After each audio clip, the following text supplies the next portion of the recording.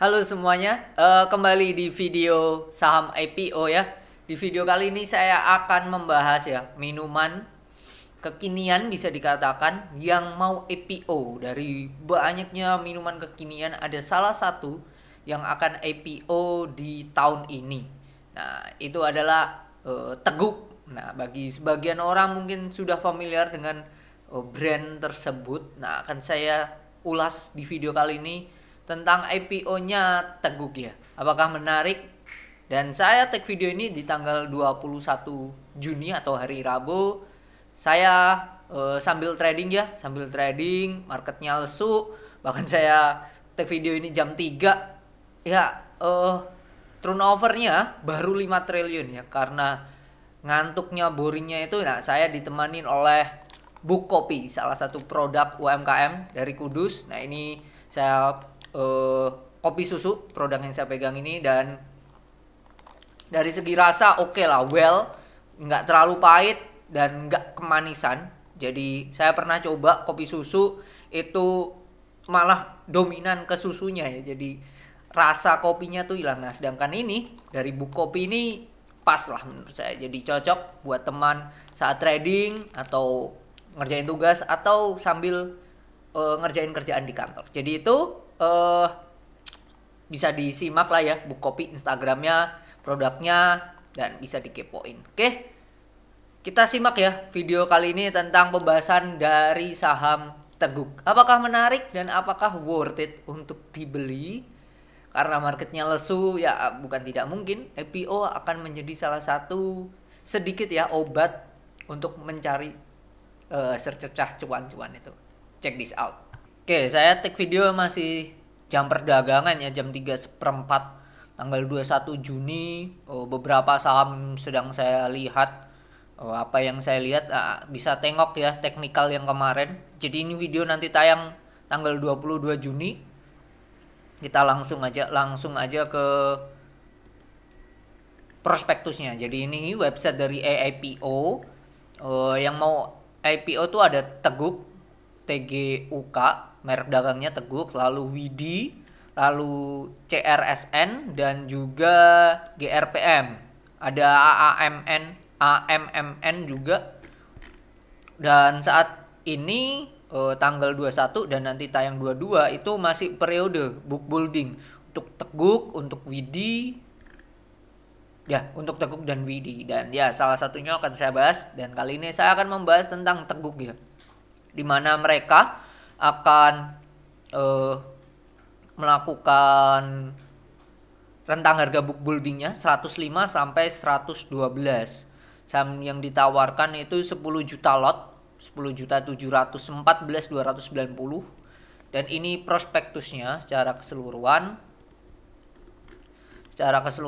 ini. Dan mereka potensi untuk IPO-nya itu bentar, mana nih? Tanggal awal ya, 7 Juli, awal Juli ya, 7 Juli, dan ada warannya. Nah, ini dan ada warannya. Nah, mereka akan menawarkan 30% atau totalnya 1M lembar dengan harga 105 sampai 112. Lalu setiap 5 saham yang dimiliki akan mendapatkan 2 waran. Jadi kalau teman-teman Bapak Ibu sekalian sudah dapat 5 lah ya, minimal pasti akan dapat bonus 2 waran. Ibaratnya waran nih bonus lah ya, atau kupon. Harga pelaksanaan warannya itu di 152. Wow, lebih mahal dari induknya. Oke, kita simak penjamin efeknya. Penjamin efeknya itu MG, Semesta Indovest Sekuritas. Jadi buat Bapak Ibu sekalian yang pernah mengikuti kelas atau event kita di BIS, itu sudah saya share di Drive, di mana track record penjamin efek atau sekuritas bagaimana. Nah, ini bisa dicek aja MG itu bagaimana. Gitu. Oke. Ini websitenya. Bentar. Ini websitenya, website dari Teguk. Lalu mereka itu jumlahnya ya. Bentar, saya akan melihat ya. Jumlah ekuitasnya tuh berapa. Nah, ini penjualannya, labanya, bentar. Nah, ini jumlah asetnya itu di 76, ekuitasnya 59. Karena hal tersebut mereka akan masuk papan pengembangan ya. Karena asetnya itu antara 50 sampai 250 M. Ini saya lihat dari websitenya Ajaib. Oke, itu terus ya ini sama. Nah, kita lihat ya websitenya di Teguk, dan yang membuat saya wow, Teguk ini gerainya ada 162. Ini ada di website. Salah satunya ya, ini ada di New York. Luar biasa ya. Nah, ini ada di Bandung, Bekasi, Bogor, Cikarang, Cirebon, Depok, Garut, Jakarta, Karawang, New York, network lagi. New York, Sumedang, Tangerang, Tasikmalaya. Jadi Jawa Barat dan ya Jabodetabek lah. Untuk di luar itu masih belum. Nah, ini luar biasa ya. Dia di New York juga ada. Ini bisa dicek websitenya. Terus kalau ini menu-menunya, menu yang ada di Teguk, range harga minuman kekinian lah ya menurut saya ya, di range 10-an ribu ya. Oh, ini ada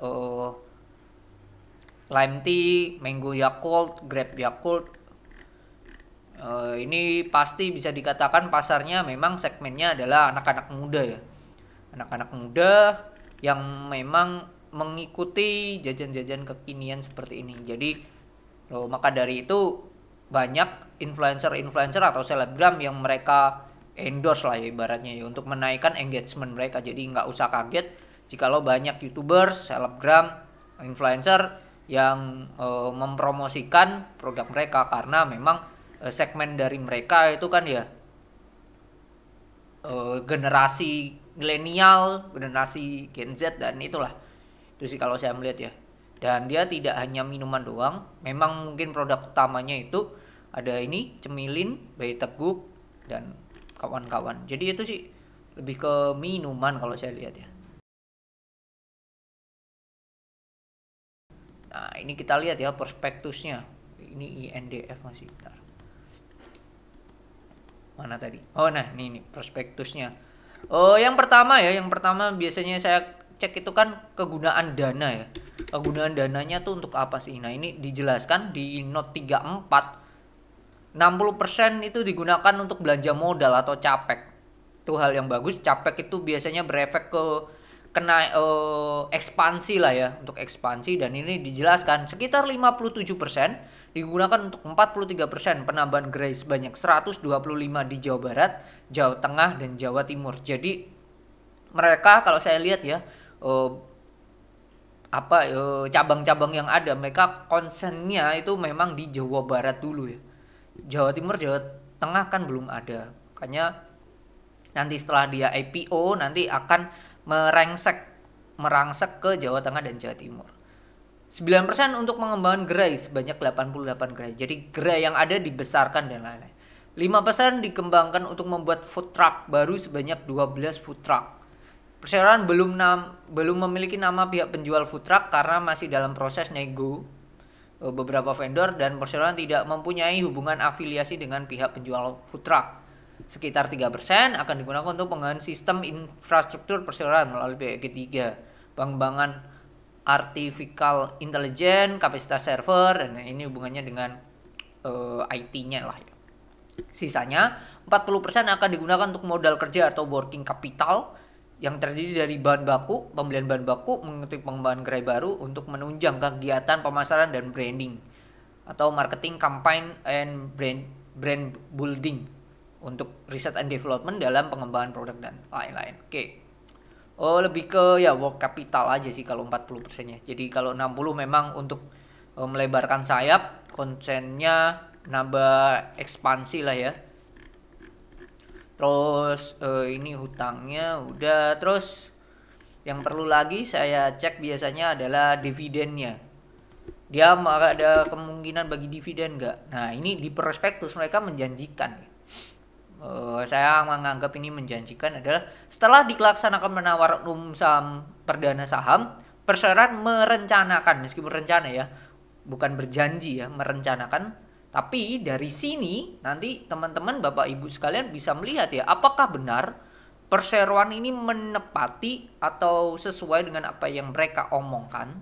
di prospektus gitu. Nah, bisa dicek, di cross check perusahaan-perusahaan yang telah IPO apakah benar dan sesuai dengan rencana mereka gitu.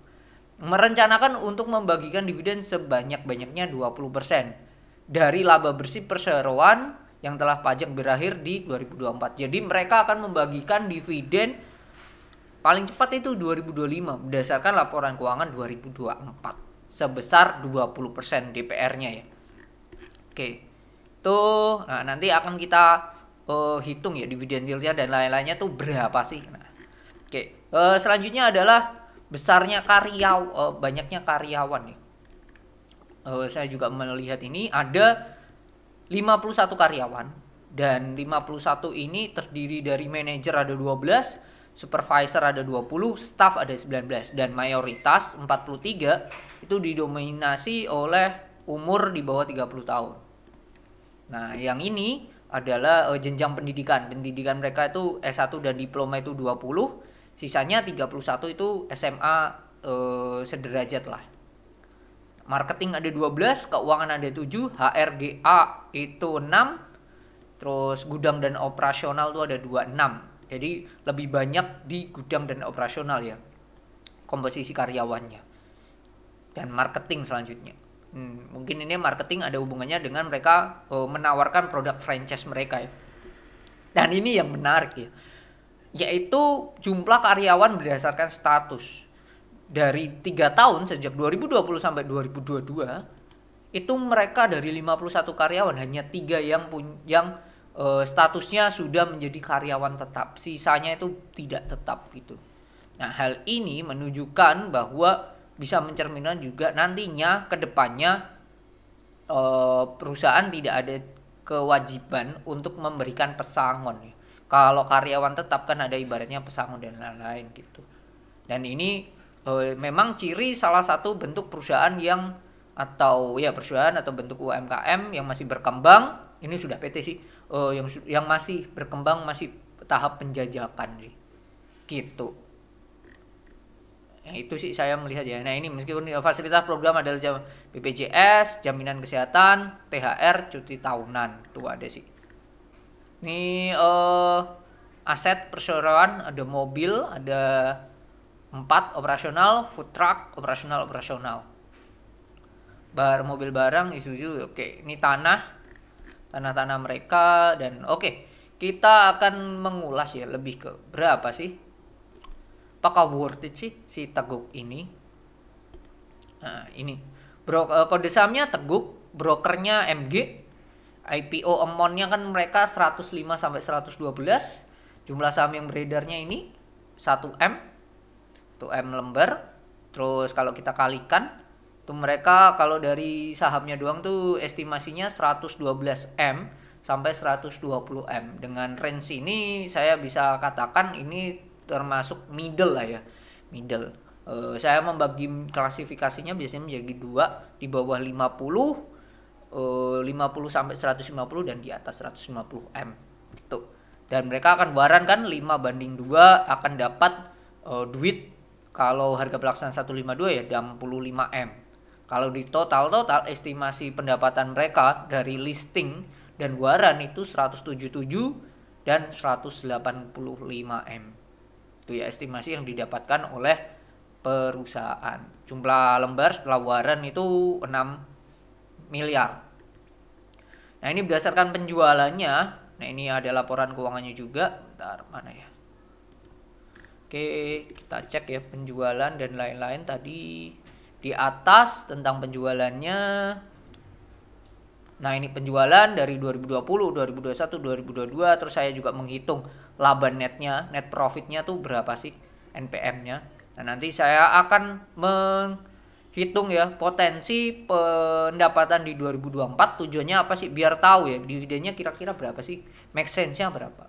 Nah, kalau saya melihat dari itu ada kenaikan yang signifikan ya dari penjualannya dari 2020 ke 2021. Growth-nya sampai 30%. Apakah make sense? Menurut saya masih make sense, masih mungkin terjadi karena kalau Bapak Ibu teman-teman sekalian melihat ya fenomena sejak pandemi ya saya mengatakan 2021 ke atas itu memang minuman kekinian, Mixue dan lain-lain tuh menjamur kemana-mana ya di Indonesia ya. Jadi kalau growth-nya tinggi banget itu masih bisa ditoleransi menurut saya pribadi ya. Cuman pertanyaannya adalah apakah ini bisnis musiman atau in the long term gitu, longless bisa panjang gitu. Nah itu pertanyaannya yang saya khawatirkan ya. Kenapa bercermin dengan fenomena dulu yang ada ya, es kepal Milo dan you name it kawan-kawannya, mana sekarang udah ada gitu. Nah ini akan menjadi tantangan tersendiri ya. Cuman dengan adanya Teguk ini dia concern di satu kota dulu, satu provinsi Jawa Barat, lalu baru dilebarkan ke Jawa Timur dan Jawa Tengah. Menurut saya bisnis bagus sih. Itu sih, tinggal nanti cash flow-nya dia bagaimana cara mengatur itu aja sih. Nah, lihat ini net profit mereka, net profitnya itu 2020 itu 25%, 2021 itu 7%, 2022 itu 9%. Bagaimana dengan kompetitornya? Nah, di sini dibandingkan ya di sini ya. Kompetitor. Di sini nah ini ada House, ada Chatime, ada Mixue. Bacanya gimana saya enggak tahu. Di House ini mempunyai 197 gerai. Kalau Teguk tadi kan punya 162, jadi nggak jauh beda. Chatime ini pemain lama ini menurut saya. Ini sejak 2011 merupakan bagian dari Kawan Lama Group. Kawan Lama Bapak Ibu tahu sendiri ini adalah induk dari S Hardware, Informa. Jadi ini termasuk kompetitor yang berat. Terus satu lagi ini Mixue yang dari Tiongkok. Ini sudah ada hampir 1000 gerai di Indonesia di tahun 2020. Ini luar biasa ya. Jadi itu yang menjadi pesaing dari siapa ini namanya, Teguk. Nah ini kalau ini adalah 10 sektor usaha dengan jumlah industri mikro kecil terbanyak di Indonesia, itu jumlah dari makanan memang. Kenaikannya terbesar ya. Jumlah UMKM yang masuk ke ekosistem digital semakin naik. Bentar, saya mau lihat tadi kompetitor perihal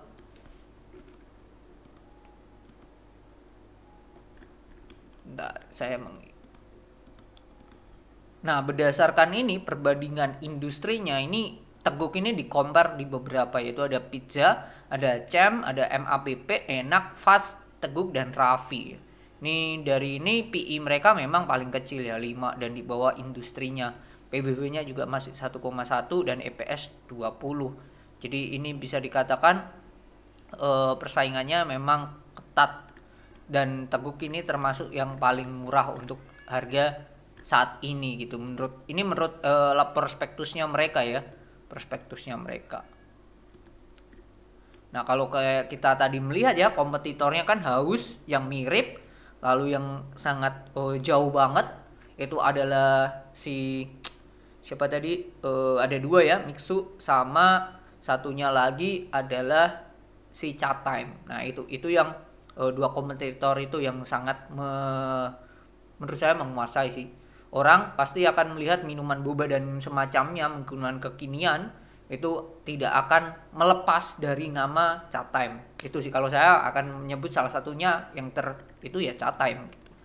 Nah, melihat hal tersebut saya berasumsi ya kenaikan dari pendapatan mereka itu di angka 10%. Ini kan ada 30, ada 15. Nah, asumsi saya pendapatannya itu naik di angka 10%. Saya tidak mau terlalu tinggi itu karena ibaratnya ini harusnya dengan kenaikan laba atau pendapatan hanya 10% ini make sense. Karena melihat dari growth 2020 ke 2021 30%, 2021 ke 2022 15%, 10% ini sangatlah konservatif sih. Dan saya baru ngitung net profitnya berdasarkan average net profit 3 tahun terakhir. 3 tahun terakhir dapat average net profit marginnya di 7%. Dan nemulah net profit di 2024 itu di angka 12M. Kalau hal itu terjadi, dividennya yaitu 12 ya, 12M dikalikan dengan D15. D15 ini apa? D15 ini adalah 20%, yaitu akan mendapatkan hasil dividen sebesar 2M. 2,4M kita bagikan dengan jumlah lembar saham, yaitu akan dapat dividen 0,4. Minor banget, dan dividen yieldnya nanti kalau kita bandingkan dengan harga sekarang itu under 1%. Jadi menurut saya, meskipun ada iming-iming dividen, Teguk ini secara dividen jangan berharap lebih. Itu aja sih. Cuman yang bisa menjadi ibaratnya suntikan lebih adalah kalau saya melihat si perihal faktor dari penjamin efeknya. Itu aja sih. Walaupun MG itu akan menjadi pemeran utama dari penjamin efeknya, tetapi perlu Bapak Ibu teman-teman sekalian perhatikan juga, jangan terlalu overconfident yang berefek masuk di saham ini porsinya atau dananya itu terlalu besar gitu. Nah, baiknya dibatasin. Kalau saya pribadi memang maksimal di angka 10-15% dari total dana saya yang ada di RDN. Itu saya alokasikan untuk di IPO. Cuman memang kalau saya pribadi melihat Teguk in short term saat IPO boleh untuk disimak dan dicermati lebih lanjut lihat Teguk ya. Itu aja sih view saya tentang Teguk. Akan menjadi tantangan yang sangat menarik dan disimak ya. Semakin banyaknya maraknya ya industri food and beverage yang mulai bermunculan, terutama makin banyak di setelah pandemi. Nah, bagaimana nanti? Let's say di 2025, 2026, apakah mereka tetap sustain atau tidak? Nah, itu pertanyaannya dan bisa menjadi tolak ukur kita. Cuman yang jadi catatan adalah cat time aja pemain lama masih bisa bertahan gitu. Cuman kan kita tidak bisa melihat ya bagaimana laporan keuangan mereka. Nah, itu akan menjadi tantangan tersendiri dan menjadi hal yang menarik dan unik lah ya dengan IPO-nya minuman kekinian yaitu Teguk. Semoga bermanfaat video kali ini dan menjadi PR buat Bapak Ibu teman-teman sekalian. Apakah menarik? Nah, itu perlu dicek lagi, dikembangkan lagi. Dan ya tentunya dilihat ya track record dari MG, terus juga bentuk UMKM atau minuman street food dan kawan-kawan yang sudah IPO bagaimana. Tadi ada Raffi track recordnya bagaimana dan lain-lain. Itu bisa menjadi preferensi buat Bapak Ibu dan teman-teman sekalian. Semoga bermanfaat, dan jikalau ada perbedaan view dari kita, boleh banget tulis di kolom komentar. Dan semoga Bapak Ibu teman-teman sekalian sehat selalu. See you on the next video. Bye bye.